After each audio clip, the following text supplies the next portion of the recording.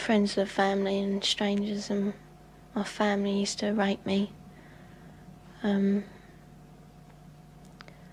make me abort the babies I had. It would be hard to imagine more misery and suffering than what Teresa says she's had to endure. And us kids would be made to do things with the adults and the animals, and then a sacrifice would happen. The sacrifice? Were these animal sacrifices? Animals and people. On what scale do you think this was happening? Enormous. Far beyond what we've ever heard of here before. Teresa's mother, Bridget. You're talking about mass murder? Yes. On a scale that this country's never heard of before. Like the old people's homes now, only these are... For the first time, Teresa is learning what it's like to live with love instead of fear. Pretty low. In this quiet English village, with the help of her mother, she's slowly repairing her broken life. Teresa is now 15, but at the age of 2, she was left in the care of this woman, the grandma she called Nan. And that, she says, is when her torment started. Who was the leader? Who was the boss of the gang, of the cult? At home it was my Nan. Your Nan made you have sex with animals? Yeah. Like goats and donkeys. The story of Teresa is a story almost too horrible to recount. A case of child abuse that goes well beyond the kind of things we normally associate with the abuse of children. In 27 years of reporting, it has to be one of the most painful stories I have ever had to tell. How many men or how many people would have sex with you? What, at one time? Yes. About everyone who was there, which must have been about 20. You know, from 10 to 20 people. If it was a big ceremony, it used to be 30. What would your grandma be doing when these men were forcing themselves on you? Usually laughing. Or smiling. Or having sex with another man. Or other men. A chronicle of debauchery and depravity so horrific it's hard to believe. You have to ask yourself, could Teresa be just making it up? No. I know what's true and what's not. No, I know what I saw. Children don't make up elaborate lies that this would have to be if it was a lie, which I know it is not. It isn't. This couldn't be a terrible dream, a nightmare that you're reliving? No. It's no dream. It's a nightmare, but it's not one you can wake up from. It's there all the time. This really happened, you're quite sure of that? Yeah. The police don't think Teresa made up a story. Some of the cult members are to stand trial. 5 men have been charged with rape. As for Nan, the grandmother, she's 61 and lives in this council flat in South London. She's charged on 7 counts of aiding and abetting rape and 2 counts of performing abortions on Teresa. If you're finding this hard to believe, so did I at first. But then there are the medical reports, evidence of sustained sexual abuse. And there's this, a statement prepared for 60 Minutes by Teresa's psychiatrist. It says, in my opinion, Teresa's account is not the product of a psychotic illness, nor the figment of a fertile imagination. I believe her to be telling the truth. I know what's true and what's not. We also took Teresa's story to this man, therapist Ray Wire. He reads a transcript of our interview and listens to her voice. It's no dream. Few people, if any, in Britain have counselled as many victims of satanic abuse or Satanists themselves as Ray Wire has. If there is an expert on satanic cults, it would have to be him. Do you believe Teresa's story? I believe Teresa's story. It's exactly the same story as I've heard from men who says they've done it. You've dealt with other cases like hers? Yes. 21 cases like hers, he says, in the past 2 years alone. Themes like they were put in boxes with spiders and worms, where they were trapped in fear, where there was a high use of excrement and urine, where there was talk of human sacrifice. Take just one of those rituals, putting children in boxes with spiders and worms. Now, listen to what Teresa told her mother. And they had a coffin-like box that children were put in with spiders and snakes and the lid shut and left in there. I would have come out deranged. I could not have coped with that mentally at all. You have evidence to back up stories like Teresa's, that this is really happening? Well, we have that age of child, 6, 5 and 4, giving information that ties up with Teresa. How do those children know? How do those children able to describe rituals, to talk about ceremonies, to talk about sacrificing animals? How do those children know? Nightmares, imagining it? You can't imagine those things at 3 and 4 years old, and you also don't have the evidence of anal sex abuse and oral sex abuse and all that other abuse that clearly those children have experienced and endured. During these ceremonies, was Satan, the devil, ever referred to? He was called Lucifer.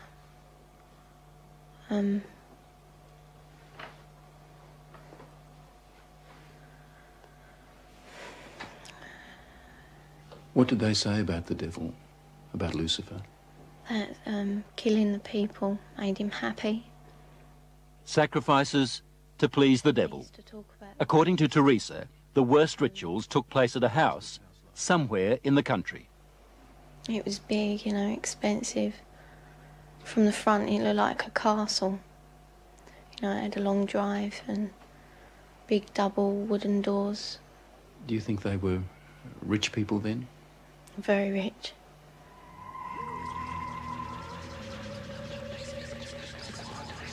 Now, where was this big house somewhere in the country? Teresa says she can't take the police there because the Satanists made sure she'd never know how to find it. Teresa was always drugged, or on a couple of occasions she says she was knocked out, so that she never fully knew the route.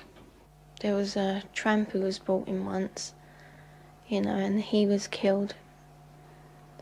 He was cut from his throat down to his stomach, and they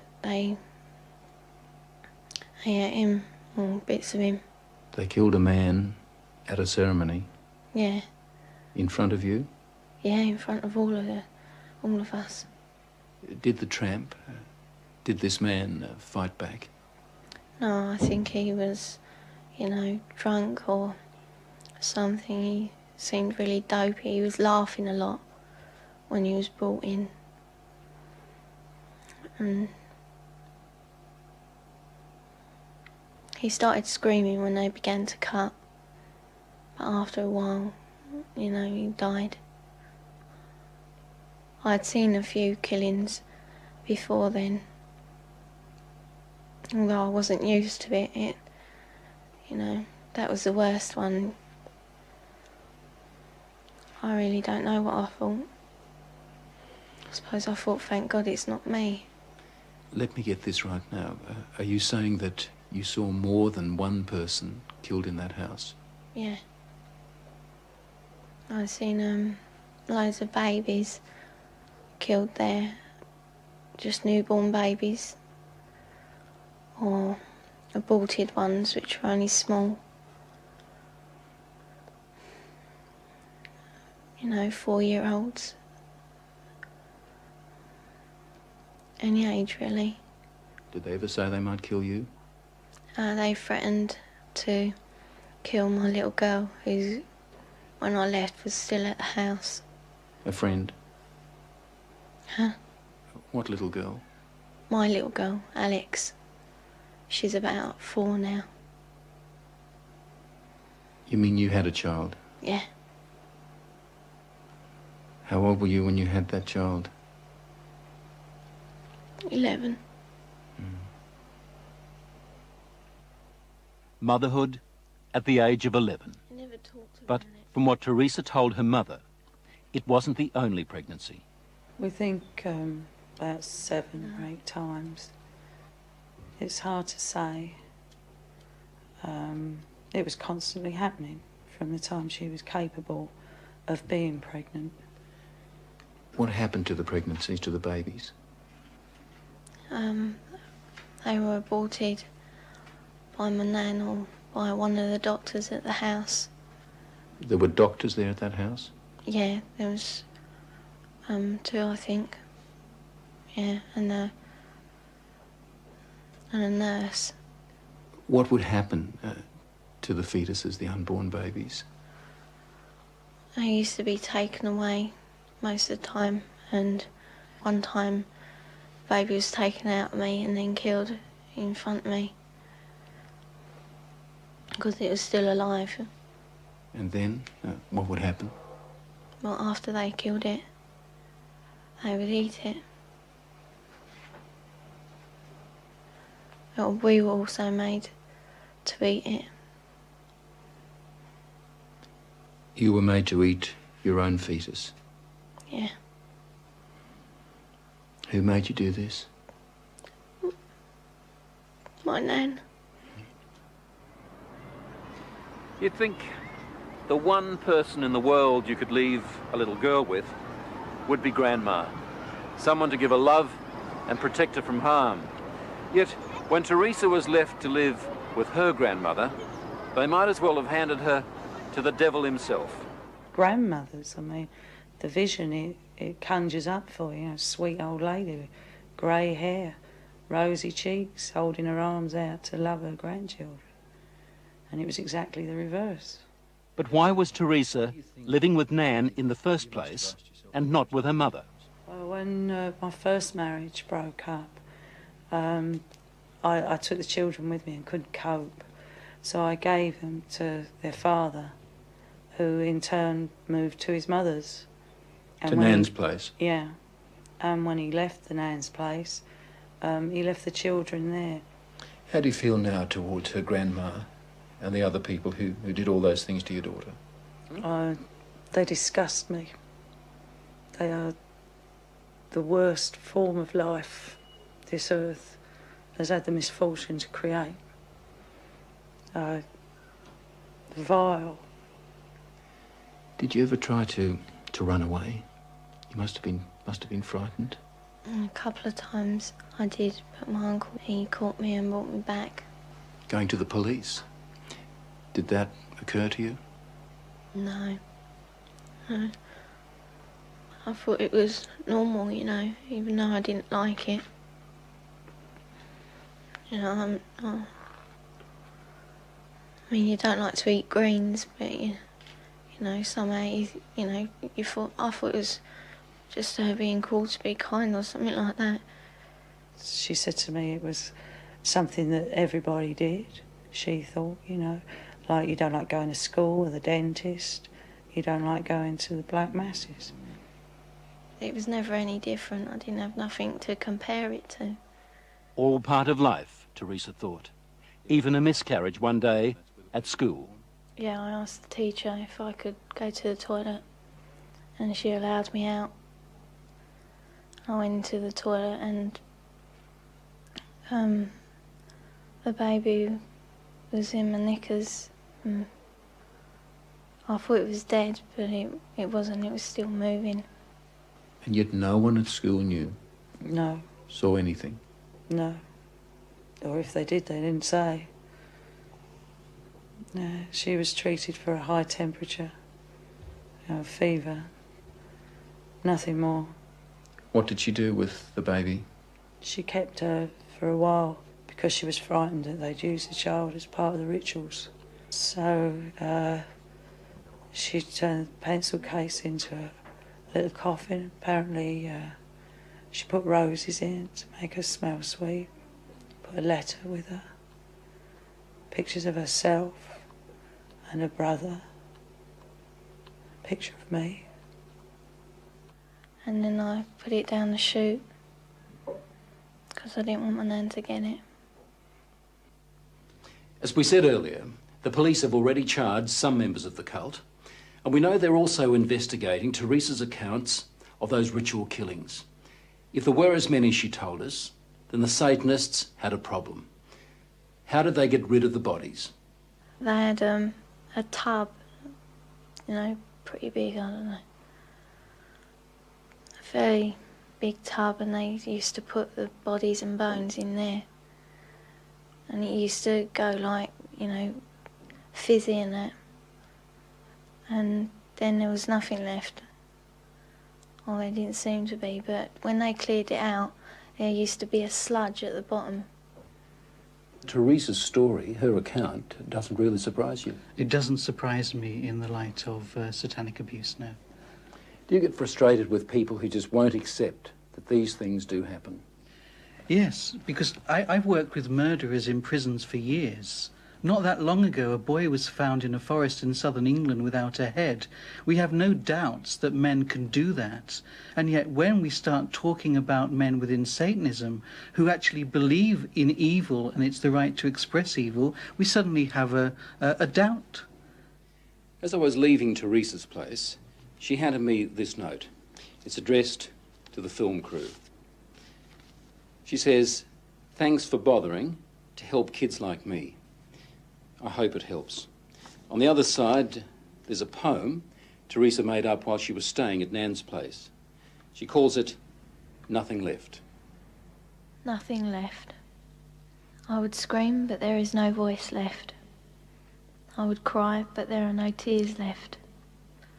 I'd fight, but there is no strength left. That was just part of our investigation of Satanism in Britain. We're also gathering evidence about the activities of such cults here in Australia.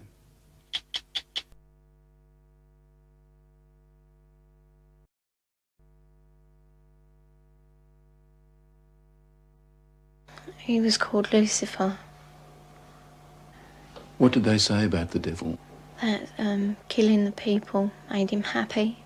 Do you dismiss that as a child's fantasy, or do you take it seriously?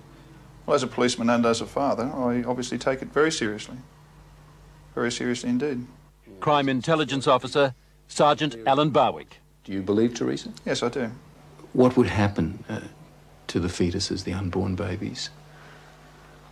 I used to be taken away most of the time, and one time the baby was taken out of me and then killed in front of me because it was still alive. And then? They would eat it. Teresa told me that she was forced to eat her own fetus. Does that surprise you? No. Why not? There's information at hand that we believe that has happened before in this country.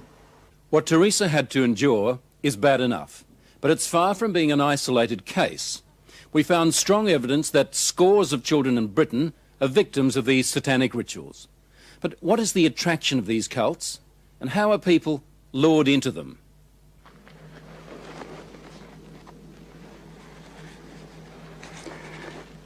In nomine Dei Nostri Satanis Luciferi Excelsis. In the name of Satan, the ruler of the earth, the king of the world, I command the forces of darkness to bestow their infernal power upon me. David Austin is rare among Satanists. He will actually talk about some of their ceremonies. He denies taking part in child abuse himself, but he's sure some others do. There are people that are using the occult, are claiming to be Satanists, and that they are abusing children. We know it. No sex with children in his cult, says David Austin, but he confirms that sex is a part of some of their ceremonies. Some of our rites are sexually orientated, and again, we have to take into the fact that we do take, in some rites, a bisexual approach to some of our actions. I also witnessed a 9-day-old baby being slaughtered for human sacrifice. Audrey Harper. She spent 5 years in a satanic cult before she escaped. Why did they kill that baby? Why sacrifice a child? Satan likes pure sacrifice, and human sacrifice is better than animal sacrifice, so they are pleasing the master.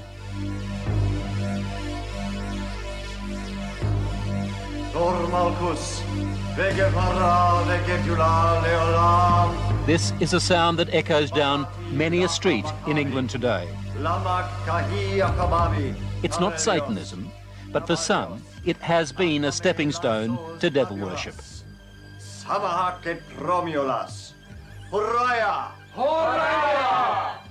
Witchcraft, the so-called harmless end of the occult. Nigel Bourne is the high priest, and Zeldy Bate, the high priestess. They play out their pagan rituals in gatherings they call covens. O thou circle, be thou a meeting place of love and joy and truth, a rampart of protection for all those who stand herein. Wherefore I do bless thee, and I do consecrate thee, in the most holy and potent names. You're a witch. I am. Zeldy and Nigel worship nature and the changing of the seasons. Now is the moment of the spring equinox, when day and night are equal. Nothing to do, they say, with Satan. It's a common belief that witches worship Satan, but we can't worship Satan because we don't even acknowledge his existence. Is witchcraft harmless? No. But then no religion is harmless. You're saying it can be harmful? It Yes, can be dangerous? Of course it can. Anything that is taken to extremes can be dangerous. We as a coven were looking for more, really, more kicks. David Stillwell. He started off in witchcraft. He finished up in something very different. Collectively as a group, we decided to explore Satanism. Now, you were looking for more kicks. What did you end up doing? Animal sacrifice. Sacrificing animals, birds and rabbits and pigeons, doves, things like that. O thou incense, be thou a fit and sweet-smelling Getting sacrifice, bored with rituals like bringing this sweet odours turned unto the David nostrils Stillwell of and his God. coven away from worshipping Mother Nature to worshipping the devil. He was heading towards the kind of depravity that we heard Teresa describe. Could you look up ahead and think to yourself, well, the next sacrifice might be a child? Yeah, it's always something that's at the back of your mind. While I was in this coven, we met people of other covens that purported to have taken part in child sacrifice. They used to burn witches in this country, and there are moves afoot in the British Parliament to have the worst forms of witchcraft outlawed again, especially the Satanists. But that's not so easily done. Witchcraft is just another religion here, and banning it opens the whole question of freedom of religion. Meanwhile, the signs are that Satanism is spreading its evil at an alarming rate. We've got to be aware of it. We don't know how big it is, but we've got to take it seriously. Ray Wire, the therapist we took Teresa's story to. Her case is bad enough, he says, but in sheer numbers, not the worst. The father had 10 children. He ritually, sexually abused them in every way possible. Those 10 children were eventually taken into care. Those 10 children became adults, and between them they had 23 children. Subsequently, the grandfather, those 10 adults and now the 23 children were all involved in ritual abuse, and grandfather and those 10 adults sexually abused those children in every way possible in a satanic way. I wanted, I suppose, a bit of excitement, something slightly different, something that gave me an experience. Despite the harm suffered by children like Teresa, David Austin still defends Satanism. I don't call it dangerous. I don't say it's dangerous. Yes, it's like anything else. If you've got nitroglycerine in a hot kitchen, it's dangerous. If you start playing football with it, it's dangerous. As the athame is to the male, so the cup is to the female. To Nigel and Zeldy, this is a sacred ritual, a fertility rite. Forth the blessing. Most witches agree sex is an important part of their craft, but say it's only symbolic. Blessed be. Satanists also use sex in their rituals, but it goes far beyond symbolism. Take Audrey Harper's experience. The warlock, the master, just raped me. He's the high priest of the coven. Married to the devil, is that what it meant? That type of thing. Yes, only, you know, there's no ceremony. But the act of unity completes my initiation ceremony. I now belong mind, body and soul to Satan. Married to the devil. A consistent pattern, it seems. Audrey when she was 22, Teresa when she was a little girl. They used to marry the kids to Lucifer.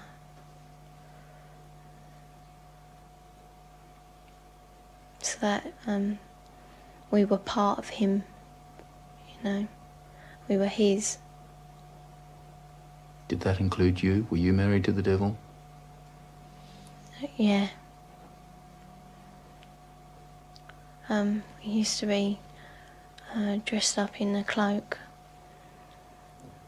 and it was just like a marriage in a church, but different words, you know. What were you taught about Lucifer? Just that we should, you know, be his friend, treat him as a friend,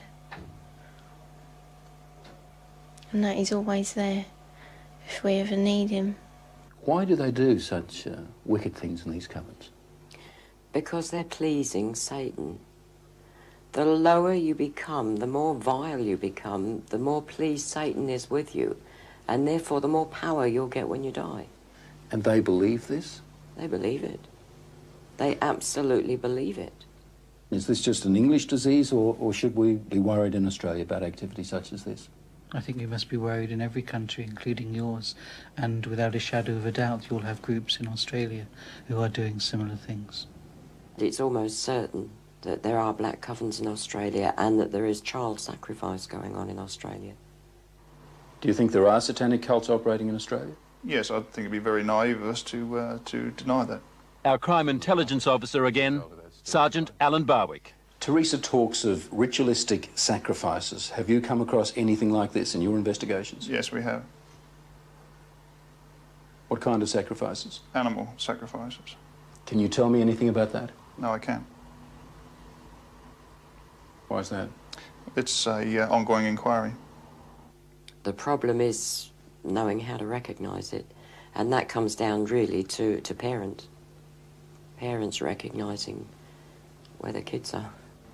But it seems to have changed, you know. You have to wonder why no one guessed what was happening to Teresa over those 12 years at Nan's place. Not even her mother knew when Teresa came to stay with her on holidays.